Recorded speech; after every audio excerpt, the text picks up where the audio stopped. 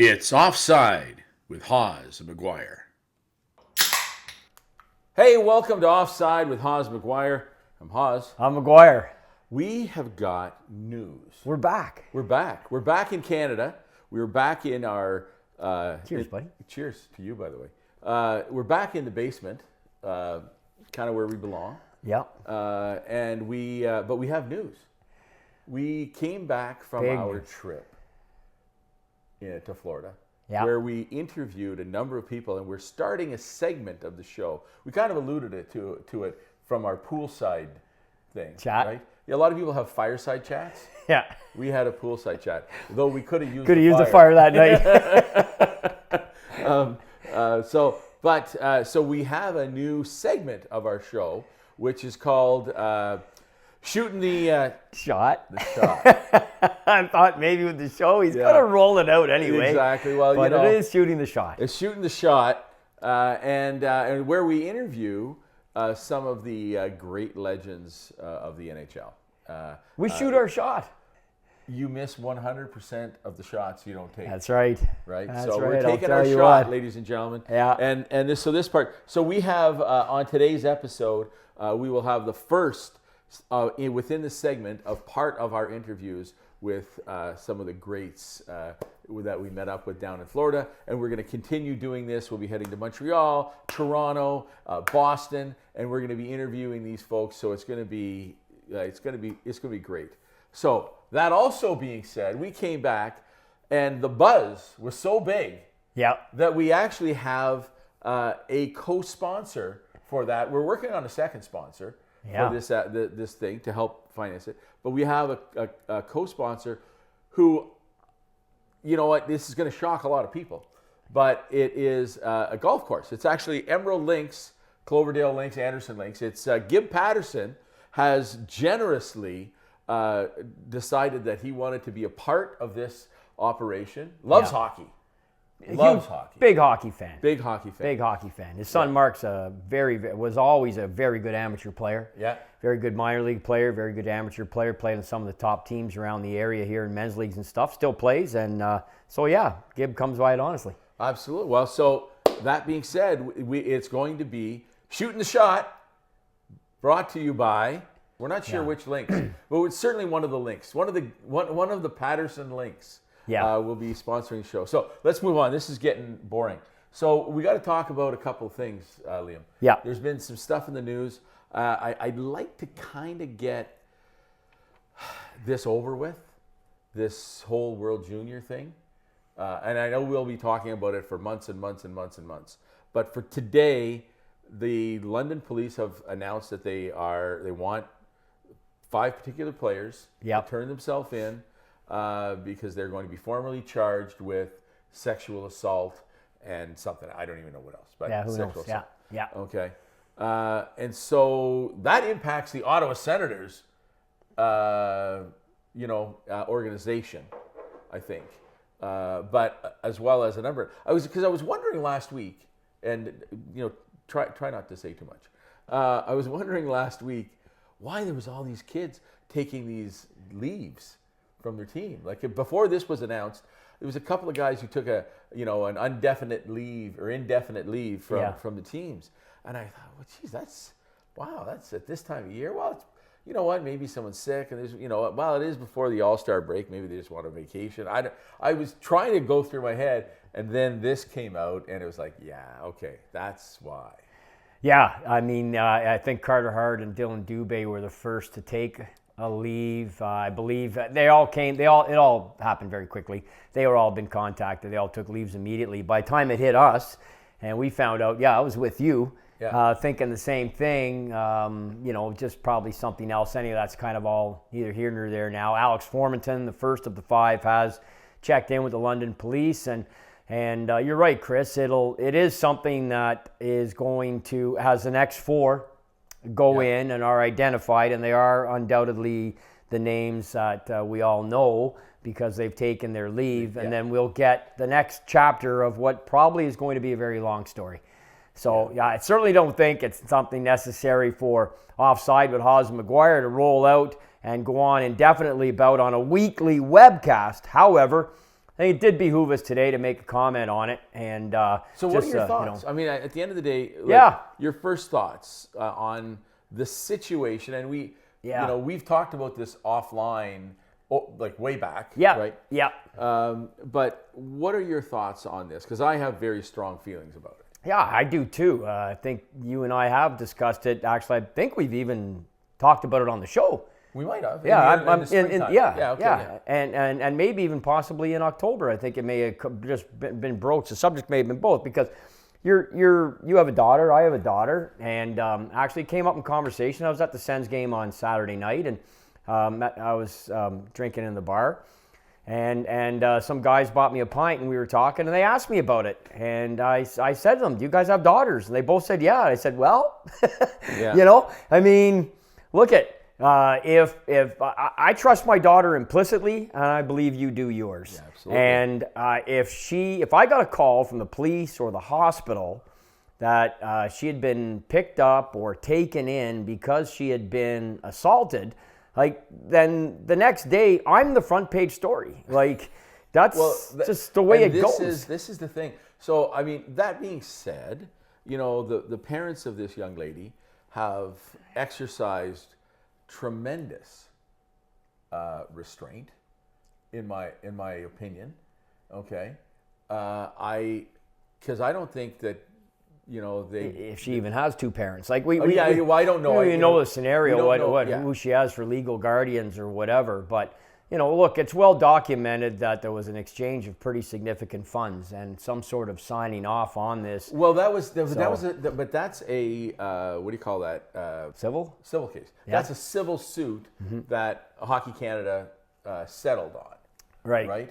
And ultimately, frankly, that leads to more merit to the criminal case, right? Because there's a bit of an admission of responsibility when it comes to that. Now, all those things that happen. I don't know that I agree with that necessarily. We don't even want it to go there. So here, take this and go away.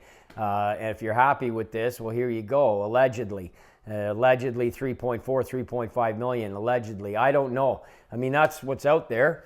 Certainly the story. I don't know. Well, I'll tell you, if we got $3.5 million, there'd be a couple of $100,000 wasted on hitmen. Well, okay? I wouldn't take 35 cents from Hockey Canada if that was my daughter. I wouldn't take 35 cents. I would be losing my shit, and something would be happening, not in a good way, because I'm an idiot. I snap, and it just is what it is. Well, no, but that's a father thing. We are designed to protect our offspring. Yeah, that's what we're designed to do. That's and I come across guys who are not fathers, like they abandon their kids, or they, you know what I mean? Oh yeah. And there are those millions. People out there. Millions. And those deadbeats, that's exactly what they are. Sure. That's why they have the term, right? That's right. Okay. But it's a tough thing to do. So we're gonna drop this as a dead horse. Yeah. We certainly feel for the young lady, obviously, as fathers. For sure. Whatever. And as fathers of boys as well, we also feel for them, because this is a very tough society to negotiate in. Court of public opinion has tried them all. Well, exactly. And you look at Logan Mailloux and what he went through. He was 17. She was whatever. She was older. Yeah, 20 or 21 or whatever. Yeah. And he got charged. He got convicted. He paid the fine. There was suspensions. Obviously suspended. Like, he missed a year and a half of hockey. He was 17. It was a Snapchat thing. The back of her head. Allegedly.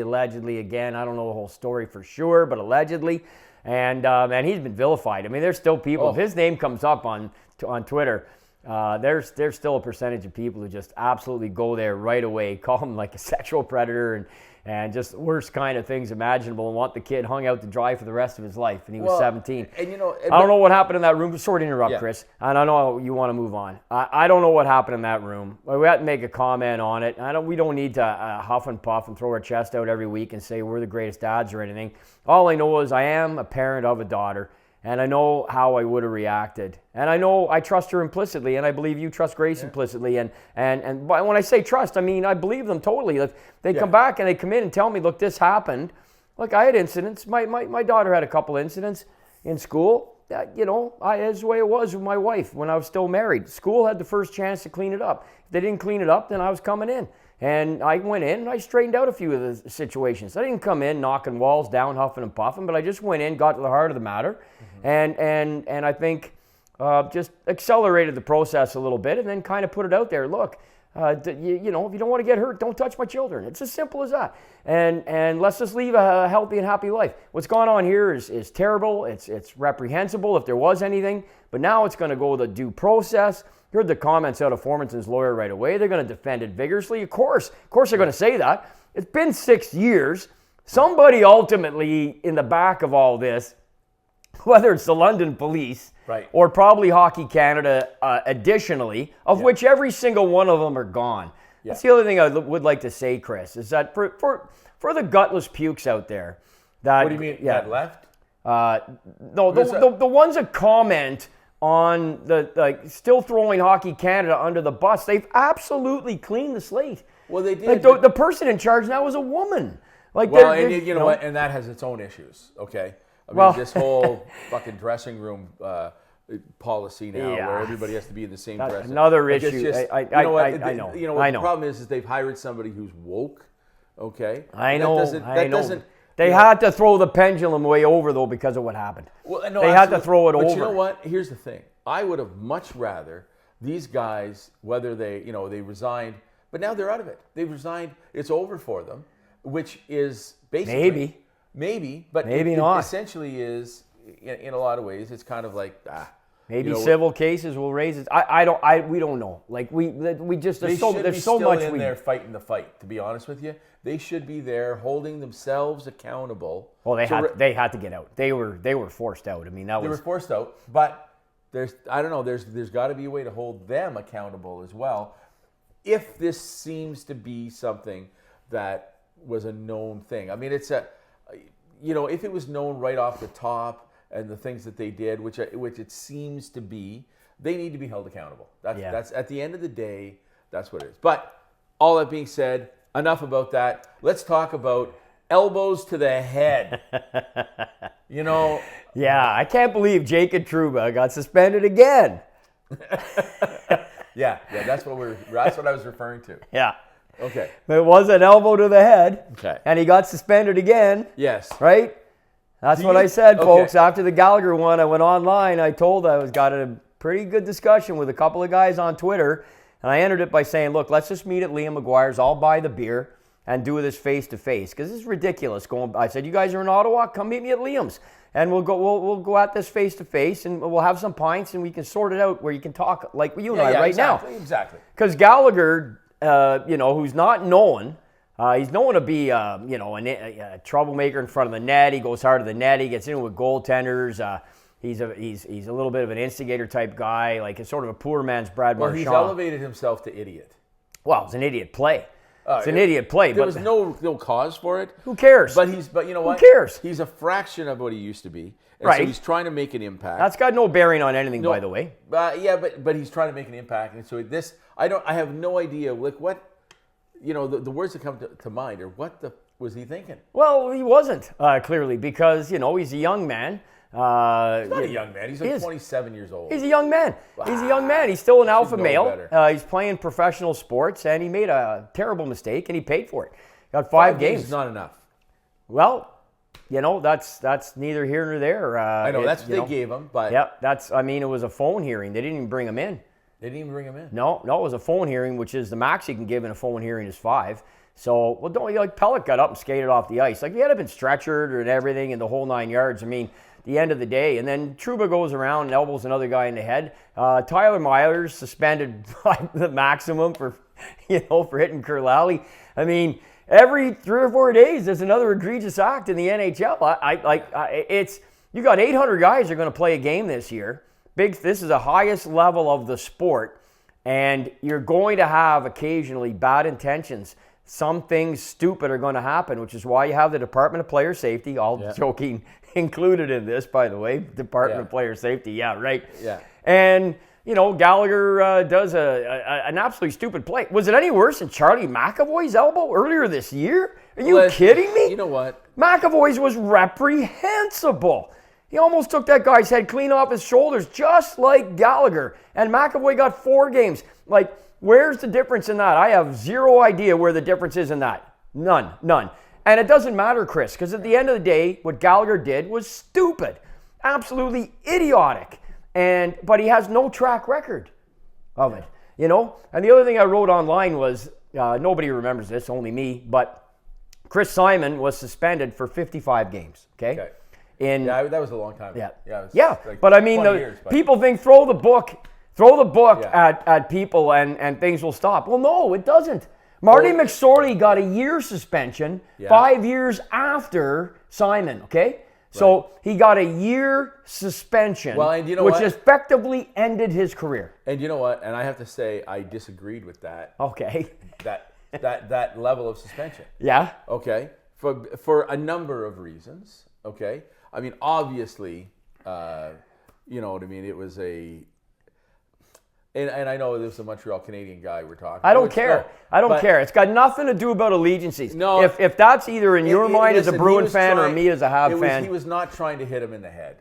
Who are you talking about now? When he hit Brashear. That's what he got the... Oh, but Brashear wasn't with the Habs at the time. No, but I'm just saying he had been. Okay. You know. Yeah. But the thing is when McSorley hit him, he was going... It glanced off his shoulders. Like, it really did. But anyway, you know what? Well, like, defend it all you want. You know, the 1 year, that was excessive. You know, in my opinion. But I felt it was too. I saw it as you did. However, because contact was made with the head, with the stick, and Brashear went down like he was shot from the grassy knoll. Right. And all of the other antics that Brashear pulled in that game. Vancouver-Boston game, they mattered not. To me, they took nothing into consideration how Brashear acted like an idiot all game. He's the most despised enforcer in the history of the sport. Talk to anybody who played in the role in the time period that he's played, and he's number 1 on the list of guys that they hate. And they don't hate each other. These are guys that admire each other because they know you got to go out and do the job. Yeah. You know, and if we got to go tonight, we're going to go. Hopefully it's a good fight. You're okay, I'm okay, and we live to fight another day.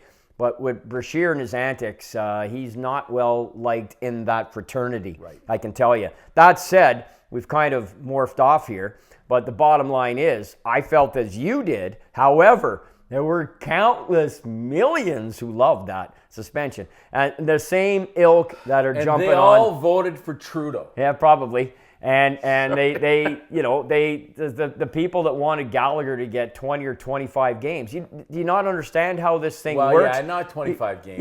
You can't parachute a new rule in just because it looked like a serious elbow when one of these a week happens.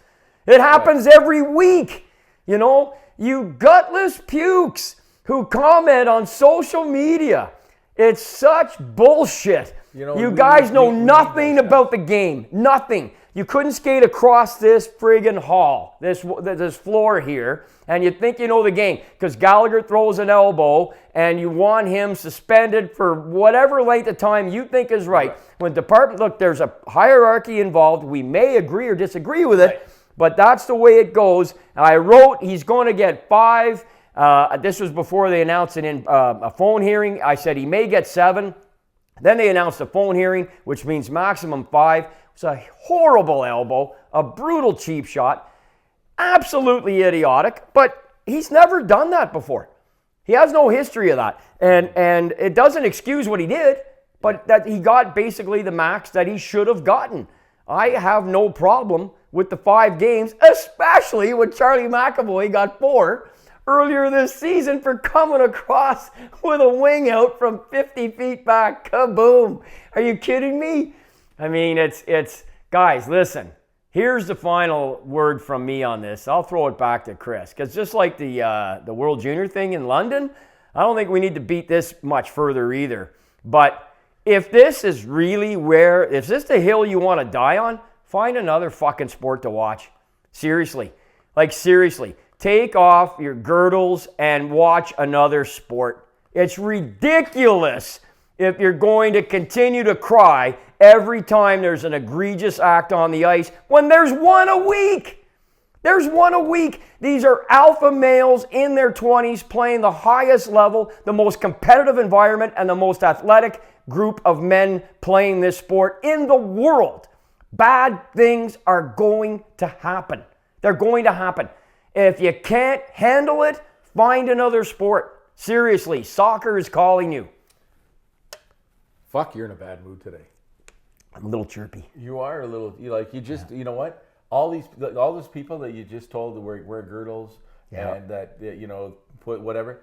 Those were fans. You know what? They used to be fans. Yeah. Now they're just fans of me now. Yeah. Like they used to like you, but you fucking called them gay or something. I don't even know what you did. But which by the way, you want to talk about fans? Let's turn it to something pleasant.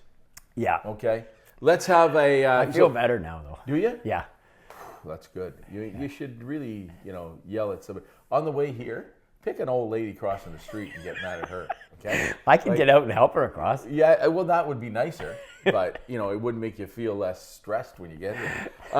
So what we're going to do right now, though, is we're going to actually introduce our newest segment. Right on. We are going to introduce... Can we talk a little bit about him or no? Or Yeah, we can talk about him. Okay. Like. Yeah, we're going to introduce the new segment, Yeah. Shootin the Shot. Shot. See, what we do is we take shooting the shit. Yeah. Because we can't swear. We don't say shit. So he says shot. Right? Right, get it? So, yeah, so it's kind of shooting the... Let's try that again. Okay. So, we're going to have our episode Shooting the Shot. Oh, right, exactly. See, that's what we do. We work as a team, right? It's kind of like Abbott and Costello-ish. Right? Yeah. Would that be Abbott? You would say? Yeah, maybe Laurel and Hardy. I don't Laurel know. and Hardy? Yeah. Okay, I guess you're Laurel. I'm this tall, skinny one, just so you know. That's what I was going with. Yeah. Yeah. Anyway, see what I did there? Yeah, that was good. I don't That was have a good. tie, but I did Yeah. the whole thing. Okay, so we went to Florida. We did, man. What, I know who like the weather. People say, "Oh, look, we weren't there for that." Lee got some golf games in, thanks to you. Chris organized. We ended up playing 3 games. It was so much fun. It's only the second time in my life I've golfed in Florida. People say, "Oh my God, Liam, you're such an avid golfer. You've never." No, I just don't get down there. Usually because I'm talking hockey somewhere, and I just haven't had many opportunities to travel south in the winter. So that was fun. Yeah, the flights and bullshit and everything, Air Canada. But I mean, we eventually got there. Got a nice rental car, and we zipped around the state. We did. We zipped around the state, and it was we met the greatest guys. Ron Duguay. Can I say the rest of the names? You absolutely said this. Ron Duguay, Phil Esposito, Ken Hodge, Steve Schutt, Larry Robinson, and Matt Karkner. And we're going to have snippets for you, parts up for you. What are we running So today? we're gonna run a segment of Ron Duguay. Okay. Okay, Sudbury boy. Yeah. You know what I mean? I'm gonna sound Good like, Sudbury boy there. I'm gonna sound like Don Cherry here. It's a good old boy there from Sudbury, and all that stuff like that there. The guy's dad gave him nothing at all. Anyways. That's good. That's good, man. I used to do, a long time ago, I used to do Don Cherry. I said, people think Don Cherry is not civilized, but Don Cherry is actually quite an artistic man and a poet, and people didn't know. And he used to recite Robert Service, The Shooting of Dan McGrew. Right. Yeah, and I used to do that. He said, a bunch of the boys are whooping it up there in the Malamute Saloon. Kittle handles the jukebox. Well, he's playing a ragtime tune, like that there. Out of the cold and the dark of the night comes a guy. Gotta love him, He's a Dougie Gilmore type, Good Kingston boy. Anyway, so that was Don Cherry doing the Shooting of Dan McGrew, Robert W. Service. That's so good, man. That was awesome. Oh, yeah. It's, you know what? I'm in demand. It's unbelievable. I'll tell you. So we sat down with Ron Duguay. Yeah. We get to his house, and what a nice guy. We first got a tour, which we didn't film the tour of a lot of memorabilia, but he's got some great stuff. Yeah. Right. And then we sat down and Were you able to put any of the pictures? I got some pictures in. Okay. I have his dad and stuff. Yeah. I got those. Yeah. Okay. I was able to do that.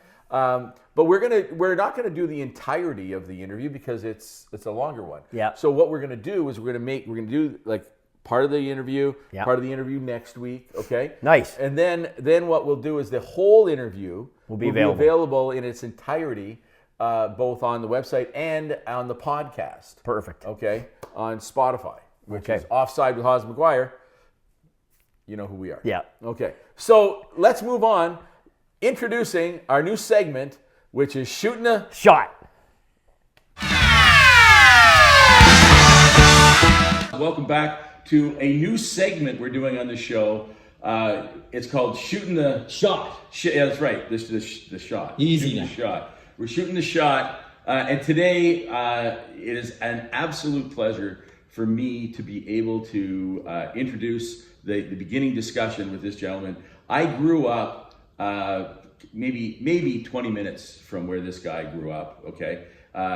Originally from Val-Caron. What's Val-Caron? Val-Caron. Je suis français, moi. Well, I would think with Duguay, right? Yeah. He got three things when he was born. His father didn't have much, but he said, "Okay, I teach you French, Right. I teach you play hockey, and you get my hair." And so Ron, known for his hair, ladies, I'm very proud to introduce a Sudbury native, we'll call it, former Sudbury Wolf, Ron Duguay. Ron, welcome. Well, good to be here. What's the name of the show again? and that seems to be Say that twice. The big show is Offside with Haas and McGuire. Yeah. The segment is Shootin the Shot. Shoot the shot. Shootin' the shot. Yeah. And then also with us. Okay, that leads into one of my favorite teammates when I played in New York. I didn't have him a whole long time, but he became a good friend. It was Score Your Goals, Rod Gilbert. Oh, okay. And so it kind of leads into it, right? Rod Gilbert, really? Rod Gilbert, We were yeah. talking about how Rod Gilbert was Mr. New York, but he was also, Rod Gilbert. Yes. Right. Yeah. Gag line. Okay. The gag Tag line. line, swashbuckler looking guy himself. And he drew one of the assists on your first goal ever in the NHL. He did, and I believe it might have been Carol Vadnag. Who got the primary assist, Who yeah. kept the puck in, and I don't remember all the details of it, Yeah. but he was only there a couple months, and John Ferguson was there, and he had some different ideas about wanting to keep him or not keep him, and sure enough, he was only there 2 months, but I got to hang with him in training camp. A couple months, we played a few shifts together, and I happened to score my first goal with the great Rod Gilbert, who was, after that, mentored me, not on the ice, but off the ice, a lot of stuff off the ice. So he became a good friend. It doesn't seem like you needed much mentoring from all the press. Well, I come from Val-Caron. And although, I had my fun in Sudbury, played there 4 years, was there as a 15-year-old, played there 4 years.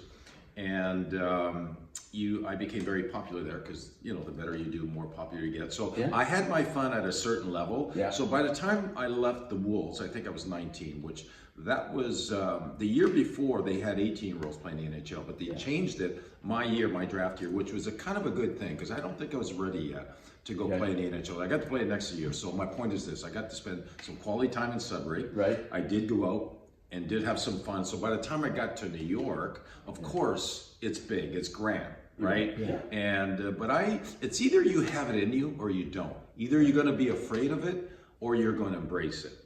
Yeah. And so, I was always grounded in not wanting to get in trouble. I want to have fun, but don't get in trouble. Was that your dad's voice waiting above you? Yeah, yeah. My dad didn't have to say much. You just knew that he had command of the household, and it's a good thing to have fear of your dad and a way of not wanting to get in trouble. That's right. And so I had that fear of not wanting to get in trouble.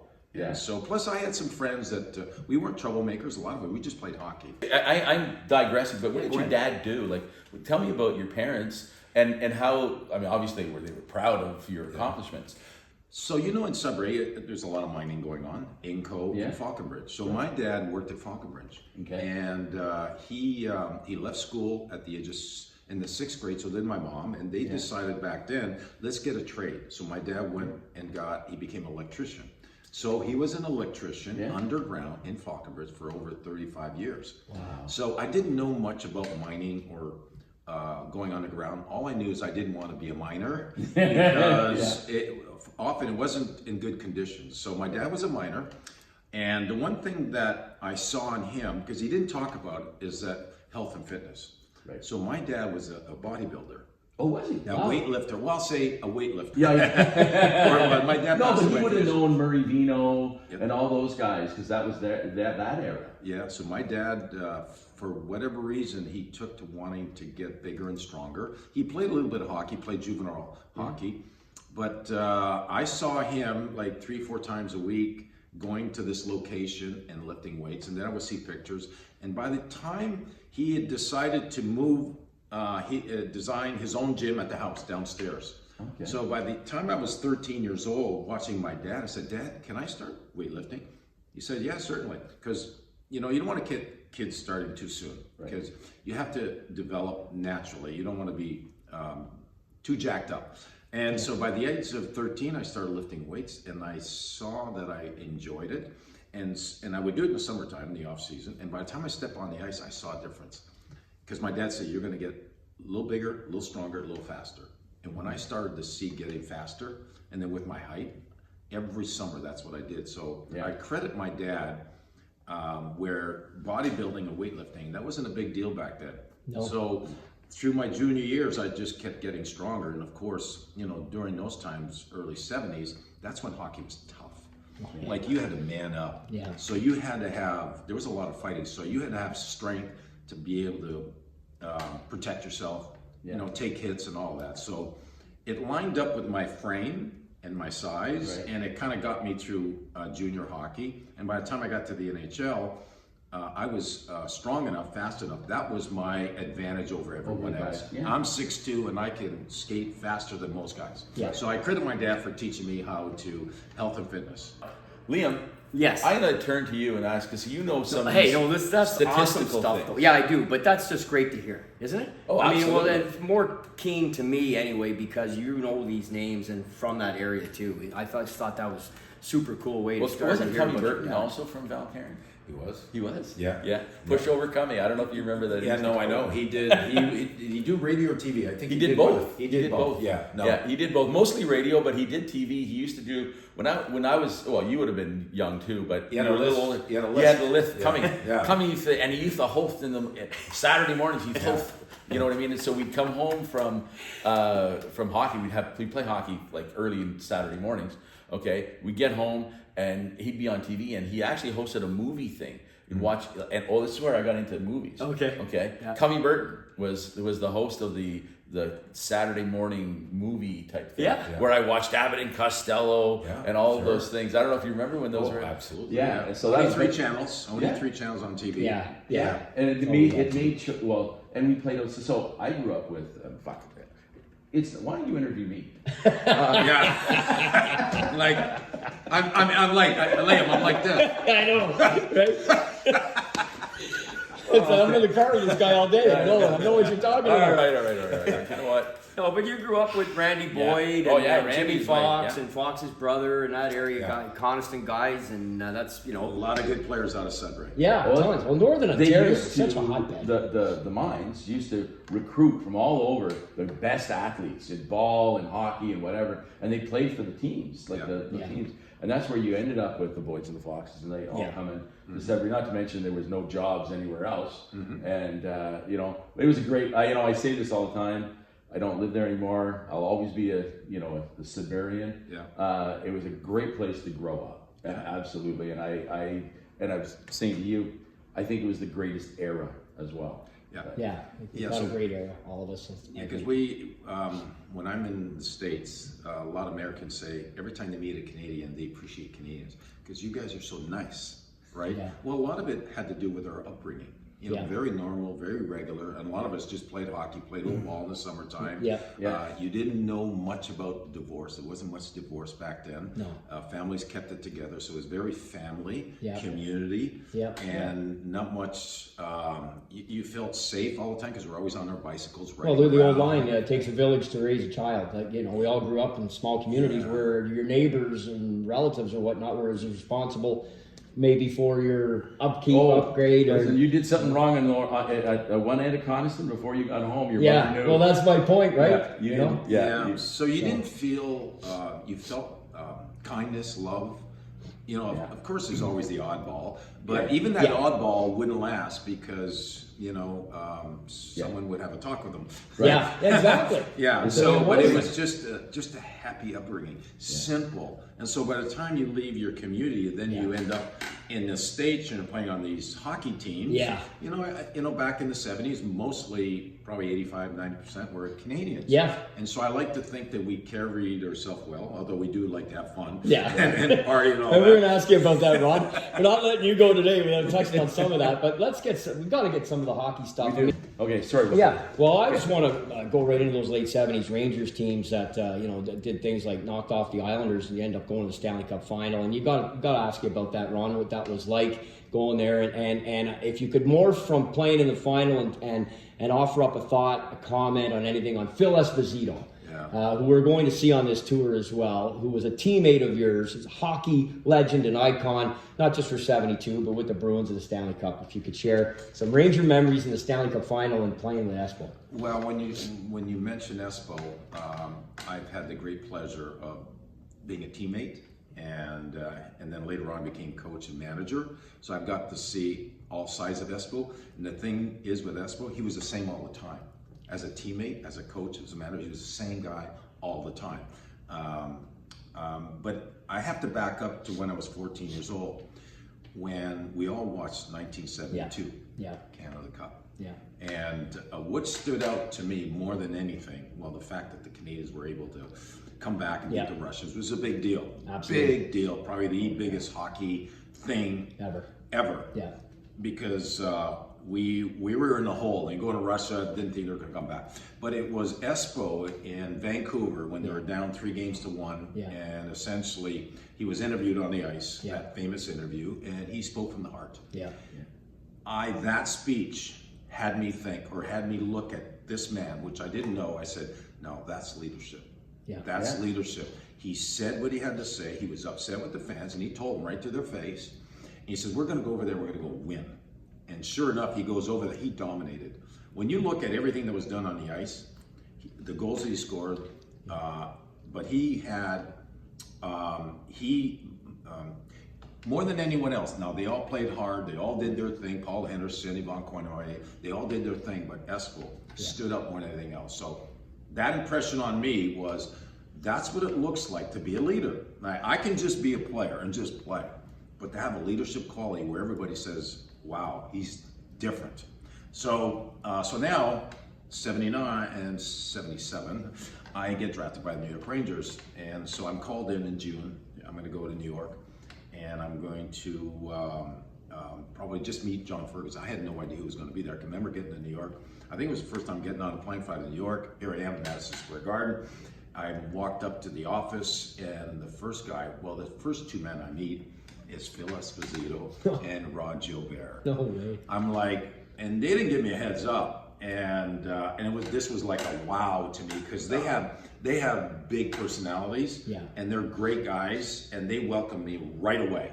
And so that was my first wow. I made it. I'm in New York now. I still have to make the team, and so. Now I can tell you, we can probably spend a good 30 minutes right now, tell you what my first week was like in New York in June. So Ron Gilbert introduced me, he says, Ron, we're gonna take you out today. I said, what do you mean? Well, it's a little bit of initiation. Well, we haven't even started. No. We're gonna take you out. And so Espo doesn't come now. Espo's got to go home to his wife, but him and Steve Vickers was on the team. Says, we're gonna go to a spa. And I'm like, I'm from suburb. What is a spa, right? Get in the car, and I know we're heading downtown. We pull up in front of this building, nice townhouse, and I said, okay, guys, what's up? And I think Lucien Deblois was with me. Yeah, Lucien Deblois was with me, and so we walk into this. We go through this hallway, long hallway, and I can remember opening up this door, and there's a swimming pool. I'm like, okay, this is a gag, right? And so there's the woman at the desk. And the woman picks up the phone, calls someone, and I'm just thinking, okay, what are we doing? And along the swimming pool, there's like 6 doors, and all these doors open up, and all these women come out, and they all sit down by the pool, and that's where the story ends. Hey, welcome back. I mean, you know what? There's so much more that we're going to add, in the coming weeks to that, from that interview, experts from it. Yeah. But I'll tell you, what a great time. Very cordial, very welcoming. And, very. And you know what? This leads us to another segment, not a new one, another segment that we always do, which is the Puck Bunny. I really, really, really, really, really, really, really like girls. Yeah, I really, really, really, really, really, really like girls.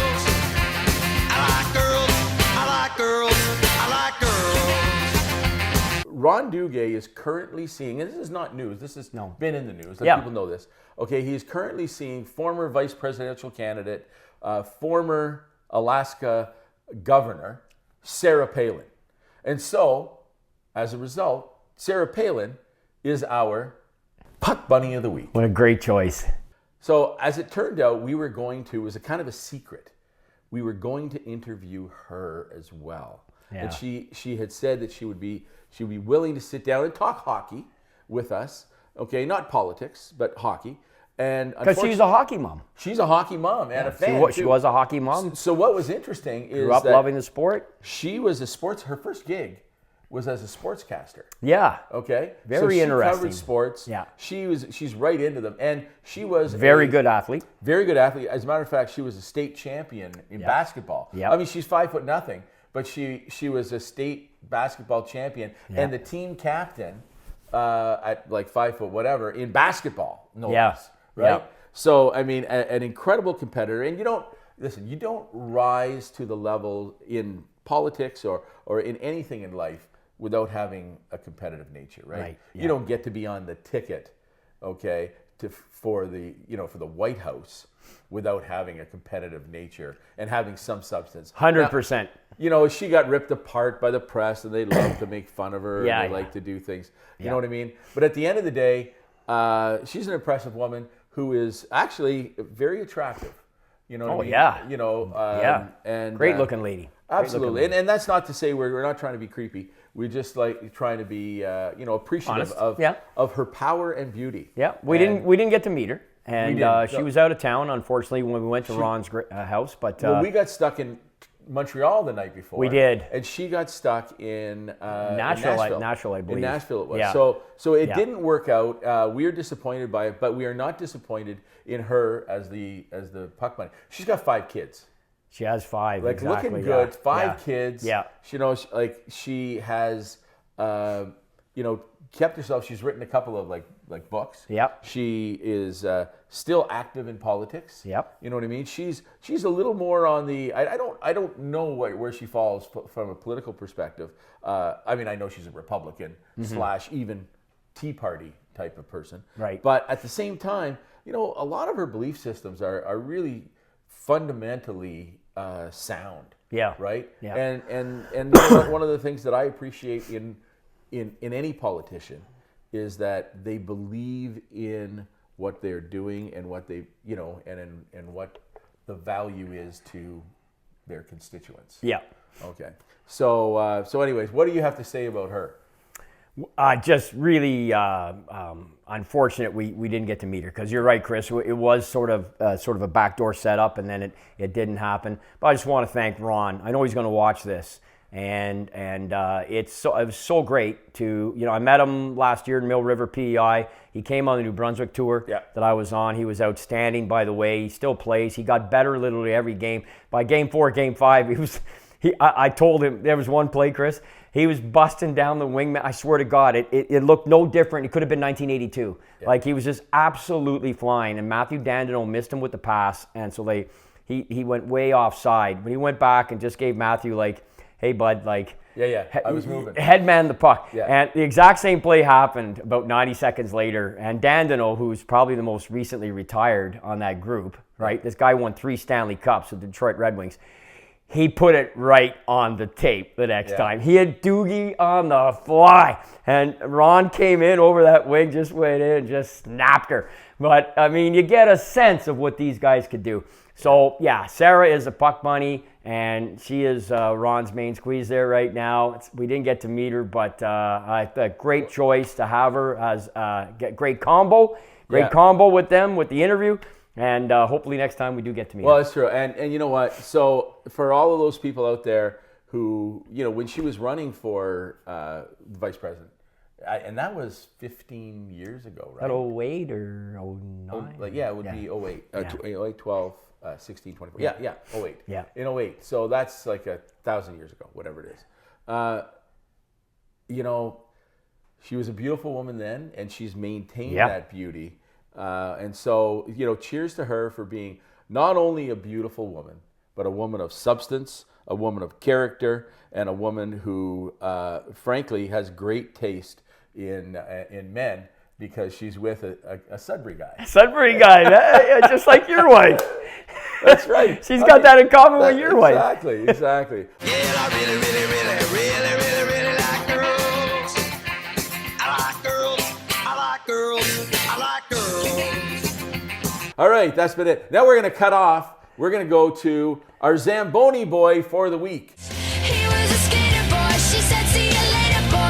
He wasn't good enough for her. Okay, and welcome back to the Zamboni boy of the week. And this week we have somebody who is a Canadian, very well known, very soft-spoken, very quiet, but, you know, in the movies, a kick-ass action hero. Carries a big gun. He carries, well, he's got, does he have a big gun? Well, I don't know. I mean, I guess it's not that big. I don't know. In John Wick, I suppose. Oh, okay. So you're talking about I in just the gave it films. away. Yeah. Yes, it's Keanu Oh, Reeves. yeah, the old double entendre going there. Keanu Reeves is Yeah. our Zamboni boy of the week. Canadian. Canadian. I was born in Beirut, but grew up in Toronto. Okay, but I thought that he lived in Winnipeg. I thought there was a Winnipeg connection. Not to my knowledge, Chris, okay. but you may be right. I don't know Hollywood actors and actresses like I do the NHL, but I am a huge fan. Are you? Oh, yeah, big fan of this guy, absolutely. I mean, it didn't really do much for me, Bill and Ted's Excellent Adventure and stuff like that. I love that movie. But, yeah. That's from a philosophical perspective. Yeah. Okay, that's a great movie. Not with saying great it's content. not. It just didn't really appeal to me. I'm not really, you know, I like violence. Be excellent. That's Be what excellent, it is. They're yeah. excellent. They're excellent, So you yeah. got to be There you excellent. But that's the thing. Be excellent to people. That's a great message at the end of the day. Well, I just love the guy's background. I mean, he, you know, his mother is English. His father's American from Hawaii, who's a multinational, descent of multinational proportions, and I whether that fueled him somehow or not, I don't know. He had relatives that kind of pointed him towards some acting stuff in his youth, and he got involved in that, and that's sort of he gravitated up. But his first real major film was Youngblood. Well, so he was a hockey player, though. He was a hell of a goalie. In fact, at the age of 15, he had some people and himself. There were some thoughts that he was sort of heading towards a path maybe that would see him, if he was successful enough, maybe angling towards Canadian national team. Really? You know, so, I mean, at 15, 16, you either got to be hitting Major Junior or Tier 2. I don't believe he ever did that, but I think that was an aspiration that he had, and he apparently was an accomplished goaltender, and in Youngblood, he played a goalie. Yeah, well, there you have it. So I think that's awesome that sort of gave him his start, if you will, in the film industry. When you think of what he's done with Matrix and what he's done with John Wick, let alone a number of others like Speed. Speed was the big one. Speed and then Point Break. So I watched Speed the other night. Yeah. Okay. The original, the first one, right? Yeah. Speed, because there was Speed 2. Yeah. And then there was Speed 3, I think. Yeah. Speed 3 was on a boat. That was just, it didn't work. Yeah. But Ottawa guy Jeremy Hotz was in that, actually. Oh, okay. But so young, eh? And Sandra Bullock says that she loved him. I know. Right? But Yeah. nothing ever happened I because know. he's a gentleman. Okay? But I'll tell you, you know, she's so cute. She's got to be a puck bunny for us. Oh, yeah, let's make it next week. She's beautiful. She's absolute. And you Yeah. know what? She even like she was in that movie Miss Congeniality. Yeah. She's got a likability factor. For sure. That is unbelievable. And it doesn't seem as though it's certainly her characters, right? Yeah. You're going on based on characters, but how they hold themselves. Also, when they're out, you know, you don't see her getting into trouble. I mean, she had a bad marriage with. So why the hell would somebody screw around on Sandra Bullock? I don't know, but knows? you know Yeah. what I mean. That was stupid.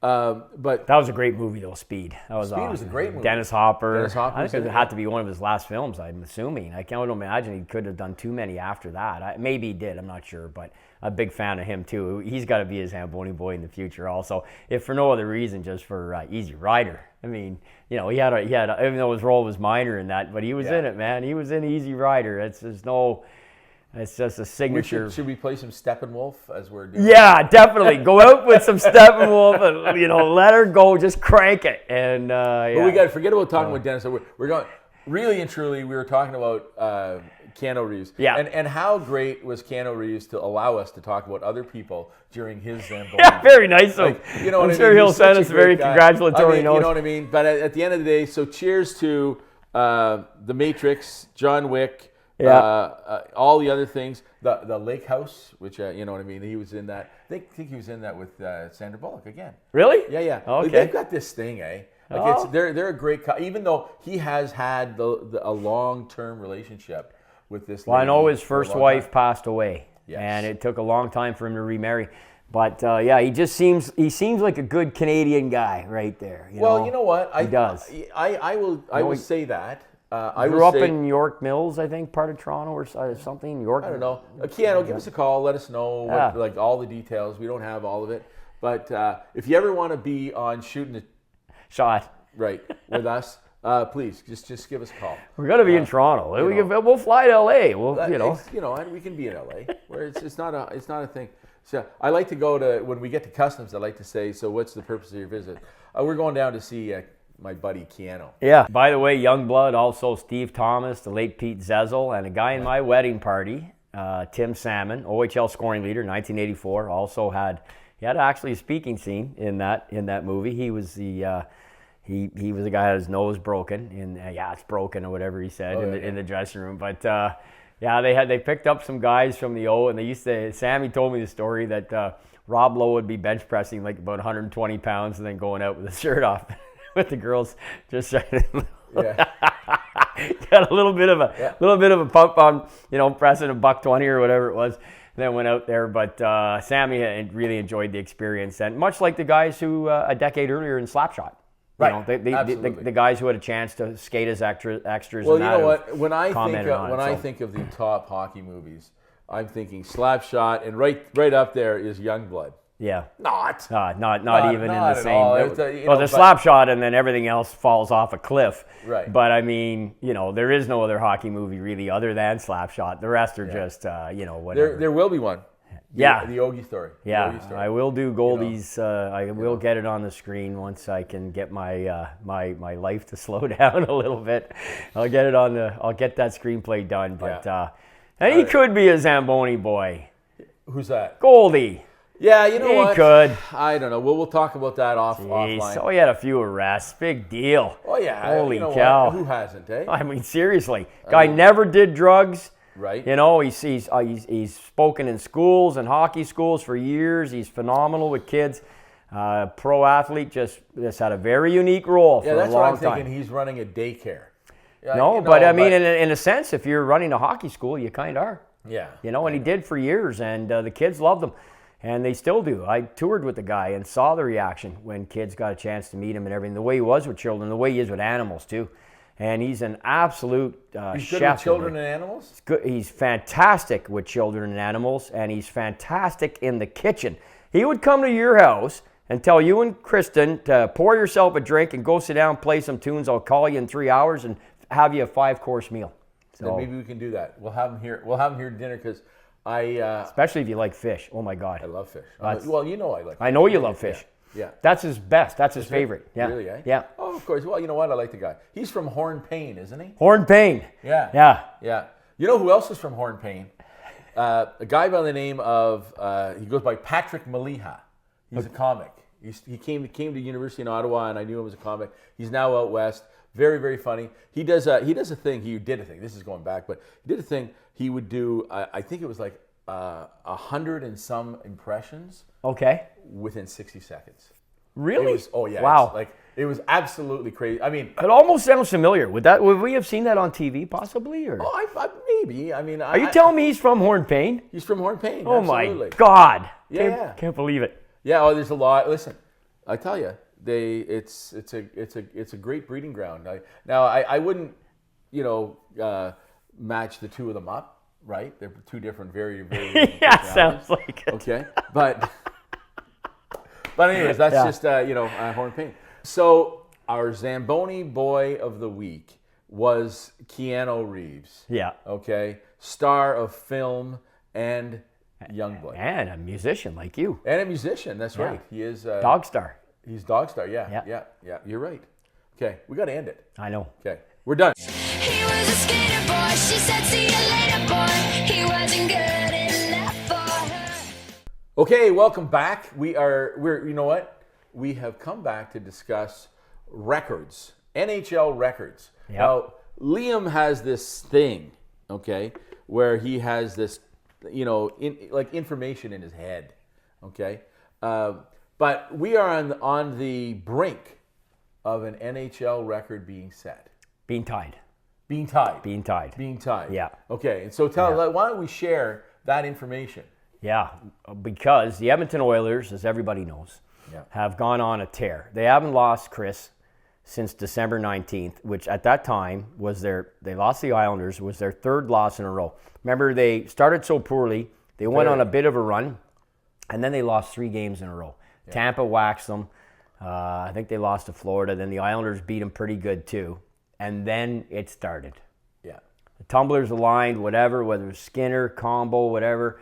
First of all, I think primarily it was Connor McDavid getting healthy, my own opinion. He played at least 10 to 12 games with some sort of lower body, leg injury type thing. You and I discussed this previously. Yeah. I watched him. I watched all their games. I watched him go off the ice and have to use his hands, Chris, on the boards to lift his leg off the ice, even though he was out there skating like a bandit in a straight line, but his maneuverability wasn't there. And in 10 or 12 games, he picked up like 2 points, 3 points. Like the lead that Kucherov has and McKinnon has over Connor, who, as we tape this, is in fourth in scoring, was largely accumulated in that time period. Right. So Edmonton goes on a run. They've won 16 straight games. And the NHL record is 17. I know, as you all know, Pittsburgh Penguins, 1993. And right toward the end of the season, the last 2 games, they had the loss and they picked up a tie, I believe it was. But right before the end of the 92-93 season, and they were the 2-time defending Cup champs, which is why everybody and their brother expected, with a healthy Mario and Jagger starting to really come into his own, that they were going to roll to the Stanley Cup. Instead, they got derailed by the New York Islanders and David Volek's overtime goal in Game 7. Next thing you know, the Montreal Canadiens emerged victorious. They found their way through and got their 24th Stanley Cup, and no Canadian teams won since. The Oilers, right now, on the verge of tying history. Right. But here's the thing, Chris. Everything's against them. They're not only going into their bye week, now they've got the NHL All-Star break. Yeah. They come back, they don't even play till the middle of next week. Their next 3 games are all on the road, starting with the defending Stanley Cup champions in Vegas. Do you not think they're going to be licking their lips for the Oilers to come in and derail that streak? Oh, my God. Yeah. I mean... Well, no, you're right. I mean, listen, it'll be tough, but you know what? This is where we're going to find out if they've got, the medal. Oh, my God. Do they have what it takes to overcome that? I mean, and you know what? Let's face it, a 2-week, time off. Yeah. Right? Yeah. I mean, the All-Star week for a couple of guys. The rest of them get to have. The rest of them are boogieing down south. That's right. They're going to get somewhere. More than likely. They're going to get some sun when they come. Like, they're going to have to come back. And if I'm the coach, I'm saying, listen, you got 4 days. Yeah. Right. Go have a great time. Whatever. We're coming back, but we're on the ice every fucking day. Yeah. After that, because we are on a mission to win this Stanley Cup. And you guys you're professionals. They're going to be in. They want to win the cup. Like, all these guys want to stop the naysayers. They want to stop the negativity. They want to prove that they are, the best, certainly the best 2 players, or 2 of the best 4 players in the NHL are with the Oilers right now. Well, yeah, I think any GM in their right mind would still take Connor number 1. As I said, he missed he didn't miss. He played. I think he actually missed 2 games, 1 or 2 games with the injury. He's supposed to miss more. He came back and played in the outdoor game, remember? Yeah. Against Calgary. No one thought he was going to play. He played.